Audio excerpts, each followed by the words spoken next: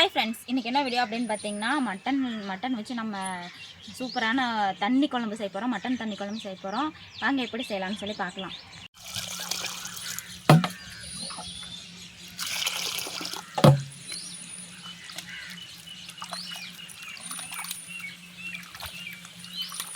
இப்போ வந்து பார்த்திங்கன்னா நம்ம வந்து கறியை வந்து நல்லா சுத்தமாக கழுவிக்கலாம்.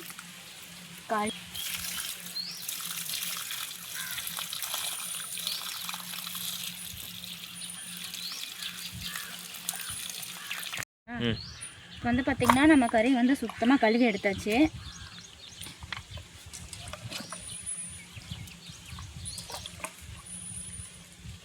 என்ன கழுவுனாலும் அந்த இதில் தான் இருக்குது. வந்து பார்த்திங்கன்னா நம்ம மட்டன் குழம்பு தண்ணி குழம்பு வந்து நம்ம பானையில் தான் பண்ண போகிறோம். அதுக்கு வந்து ஃபஸ்ட்டு பார்த்திங்கன்னா எண்ணெய் ஊற்றிக்கலாம். எண்ணெய் அளவுலாம் நான் வைக்கலை. நார்மலாக நம்ம எப்படி ஊற்றுவோமோ அந்த மாதிரி ஊற்றிக்கலாம். இப்போ வந்து பார்த்திங்கன்னா நம்ம பிரியாணி ஸ்பைசஸ்லாம் போட்டுக்கலாம். சின்ன வெங்காயம் ஒரு கைப்பிடி அளவு. எண்ணெய் வந்து பார்த்திங்கன்னா நல்லா காஞ்சி போச்சு.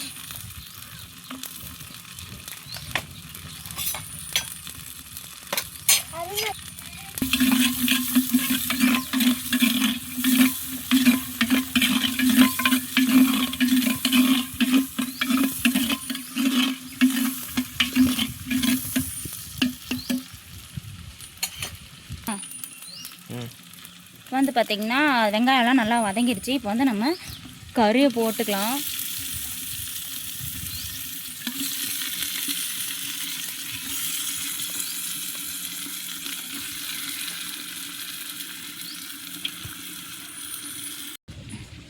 இப்போ வந்து பார்த்திங்கன்னா நம்ம உப்பு போட்டுக்கலாம்.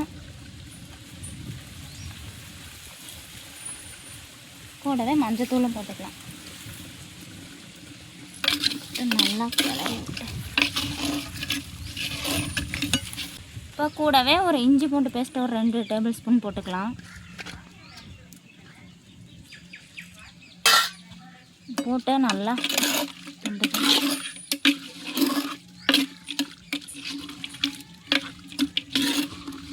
இது ஒரு 5 நிமிஷம் வதங்கட்டும். அதுக்கப்புறம் நம்ம தண்ணி ஊற்றி மூடி போட்டுக்கலாம். இப்போ வந்து பார்த்திங்கன்னா நல்லா கொஞ்சம் ஒரு 5 நிமிஷம் ஆயிடுச்சு. கறியிலேருந்து தண்ணி கொஞ்சம் வந்திருக்கு. இப்போ நான் இந்த ஸ்டேஜில் தண்ணி ஊற்றி மூடி போட்டுருவோம். இதுக்கு எந்த அளவுக்கு தேவையோ அந்த அளவுக்கு ஊற்றிக்கோங்க. இது வந்து தண்ணி குழம்பு தான். தண்ணி குழம்புலையும் ஒரு சிலர் தண்ணியாக வைப்பாங்க, ஒரு சிலருக்கு கெட்டியாக பிடிக்கும், ஒரு சிலருக்கு தண்ணியாக இருந்தால் தான் பிடிக்கும். நான் கொஞ்சம் இன்றைக்கி தண்ணியாக தான் வைக்க போகிறேன், கெட்டியாக வைக்க போகிறதில்ல. உங்களுக்கு எப்படி தேவையோ அந்த மாதிரி வச்சுக்கலாம். ஏன்னா கறி கொஞ்சம் வேகணும்ல, அதனால தண்ணி அதிகமாகவே ஊற்ற போகிறோம்.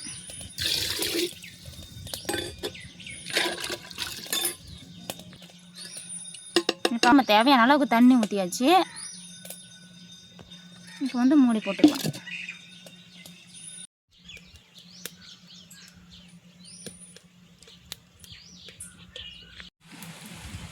இப்போ வந்து பார்த்திங்கன்னா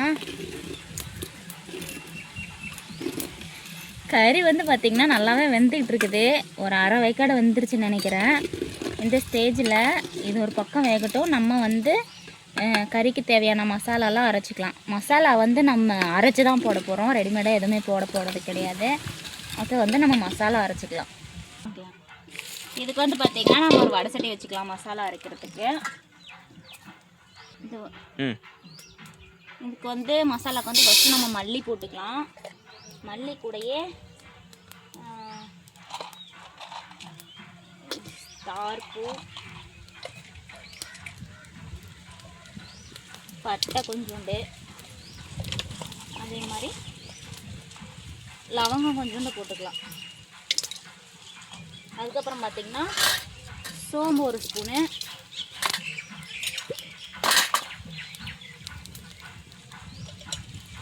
சீரகம் ஒரு ஸ்பூனு, மிளகா வந்து உங்கள் காரத்துக்கு ஏற்ற மாதிரி. இது வந்து கொஞ்சம் அதிகமான காரம் இருக்கும், அதனால் நான் கொஞ்சம் கம்மியாக போட்டேன்.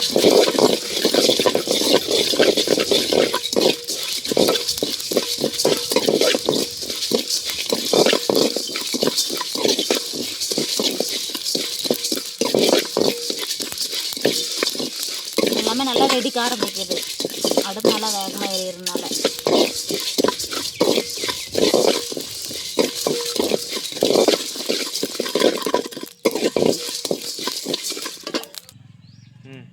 அடுத்தது வந்து பார்த்திங்கன்னா தக்காளி வெங்காயம் வணக்கிக்கலாம். இதுக்கு வந்து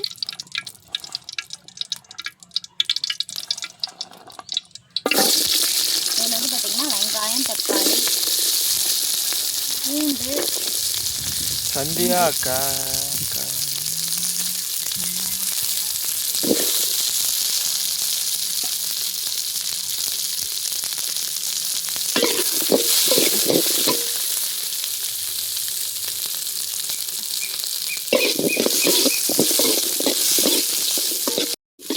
நல்லா வதங்கினதுக்கப்புறம் எடுத்துகிட்டு போய் நம்ம அரைக்கிறது தான் இல்லை.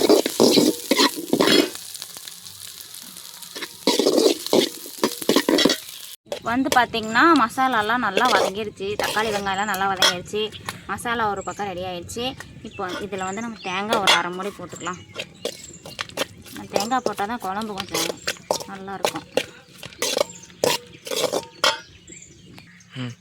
இப்போ வந்து பார்த்திங்கன்னா மசாலாலாம் நம்ம வறுக்கிறதும் வறுத்துட்டோம், வணக்கிறதும் வணக்கிட்டோம். இப்போ இது ரெண்டையும் ஒன்றா போட்டு அரைச்சி நம்ம குழம்புல சேர்த்துக்கலாம். இப்போ வந்து பார்த்திங்கன்னா நம்ம வணக்கி வச்சு எல்லாத்தையும் சேர்த்து மசாலா அரைச்சிட்டோம்.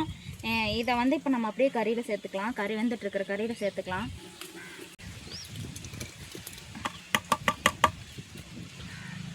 இப்போ வந்து பார்த்திங்கன்னா நம்ம மசாலா அரைச்சி ஊற்றியாச்சு. பாருங்கள், குழம்பு தண்ணியாட்டிருக்கா தெரியுதா?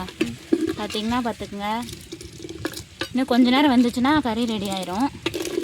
குழம்பு பாருங்கள் தண்ணியாட்டிருக்கு. நான் வந்து கொஞ்சம் தண்ணியாக தான் வச்சுருக்கேன். கெட்டியாக வேணுனாலும் கெட்டியாக வச்சுக்கலாம். இன்னும் கொஞ்சம் வேகணும் இல்லையா, அதனால் வெந்தால் சரியாக போயிடும். இப்போ வந்து பார்த்திங்கன்னா நம்ம கறி வெந்துக்குச்சான்னு பார்க்கலாம்.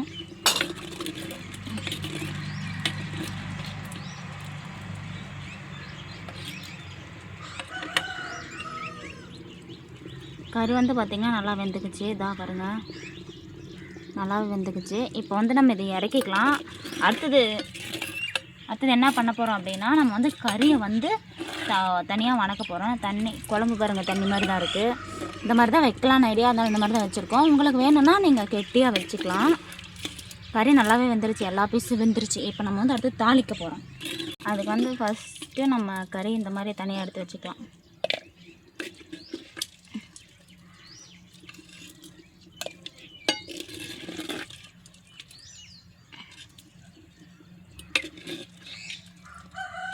இப்போ வந்து பார்த்திங்கன்னா நம்ம கறி தனியாக எடுத்துட்டோம் வணக்கிறதுக்கு. குழம்பு பார்த்திங்கன்னா இதுதான் குழம்புலேயும் கொஞ்சமாக கறி இருக்குது. அடுத்தது வந்து நம்ம தாளிக்க போகிறோம். ஏன்னா நம்ம கறியை தாளிக்க போகிறோம் தனியாக. அதுக்கு ஃபஸ்ட்டு எண்ணெய் ஊற்றிடலாம்.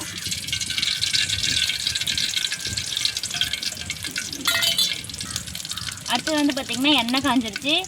வெங்காயம் கொஞ்சம் நறுக்கி வச்சுருக்கேன். வெங்காயமும் கருவேப்பிலையும் போட்டுக்கலாம். நல்லா வதக்கிக்கலாம் போட்டு. அதுக்கு வந்து பார்த்திங்கன்னா நல்லா வேகமாக எரியும்.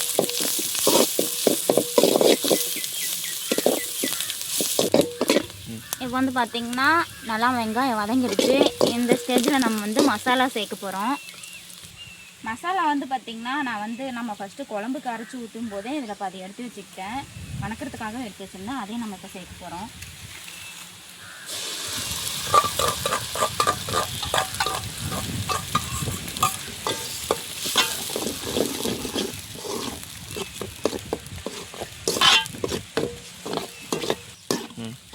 இப்போ வந்து நம்ம மசாலா ஊற்றிட்டோம். அதுக்கப்புறம் பார்த்திங்கன்னா நம்ம எடுத்து வச்சுருந்த கறியும் அதுக்குள்ளே போட போகிறோம். போட்டு நல்லா கிளறி விடலாம். இதில் வந்து பார்த்திங்கன்னா கொஞ்சம் தண்ணி சேர்க்க போகிறோம். ஏன்னா அப்போ தான் வந்து மசாலாலாம் கறியில் நல்லா இறங்கும். அதனால் தண்ணி சேர்க்க போகிறோம்.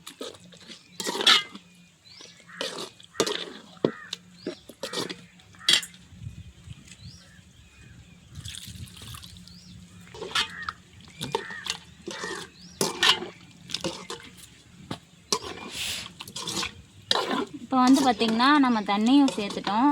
இது கொஞ்ச நேரம் வந்து வேகணும். ஏன்னா அப்போ தான் அந்த மசாலாலாம் இறங்கும். அப்போ தான் டேஸ்ட்டு நல்லாயிருக்கும் சாப்பிட்றதுக்கு. இப்போ பார்த்திங்கன்னா வந்து நம்மளோட மட்டன் ரெடி ஆகிடுச்சு. நல்லா அந்த மசாலாவோட சேர்ந்து நல்லா கலர்ஃபுல்லாக இருக்குது பார்க்குறதுக்கு. பார்க்கவே ரொம்ப ஆசையாக இருக்குது. அவ்வளோதான். இதோட இப்போ நம்ம கடைசி என்ன பண்ண போகிறோம் அப்படின்னா கொத்தமல்லி தலையை தூவி இறக்கிக்க போகிறோம். அவ்வளோதான் ஃபைனல். கொத்தமல்லி தலையை தூவி இப்படி ஒரு பெரட்டு அப்படி ஒரு பெரட்டு. அவ்வளோதான். நம்மளோட மட்டன் தண்ணி குழம்பும் மட்டன் வறுவலும் ரெடி ஆகிடுச்சு. அடுத்தது வந்து நம்ம டேஸ்ட் பண்ணி பார்க்க போகிறோம். பாருங்கள்,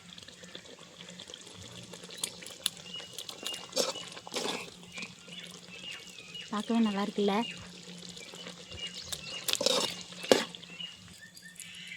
அவ்வளோதாங்க, நம்மளோட மட்டன் தண்ணி குழம்பும் மட்டன் வறுவலும் ரெடி ஆயிடுச்சு. இப்போ நம்ம என்ன பண்ண போகிறோம்னா சாப்பிட்டு பார்க்க போகிறோம். சோறு சுட சுட இருக்குது பாருங்க.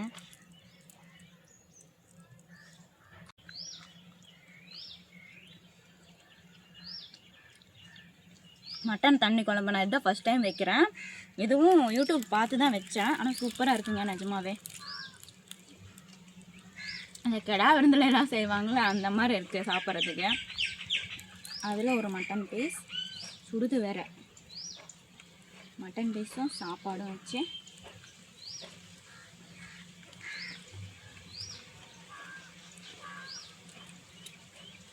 கறி வந்து நல்லாவே சாஃப்டாக வெந்திருக்கு.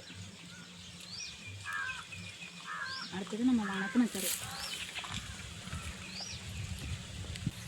அடுத்து வந்து பார்த்திங்கன்னா நம்ம வணக்கின கறி, இந்த கறியும் தண்ணி குழம்பும் சாப்பாடும் சேர்த்து 3 சேர்த்து சாப்பிட போகிறோம்.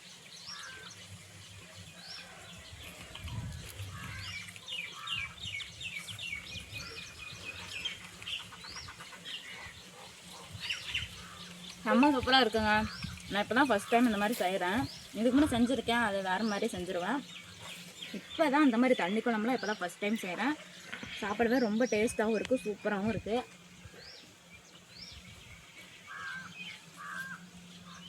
இன்றைக்கி எங்கள் வீட்டில் சண்டே ஸ்பெஷல் மட்டன் தண்ணி குழம்பு.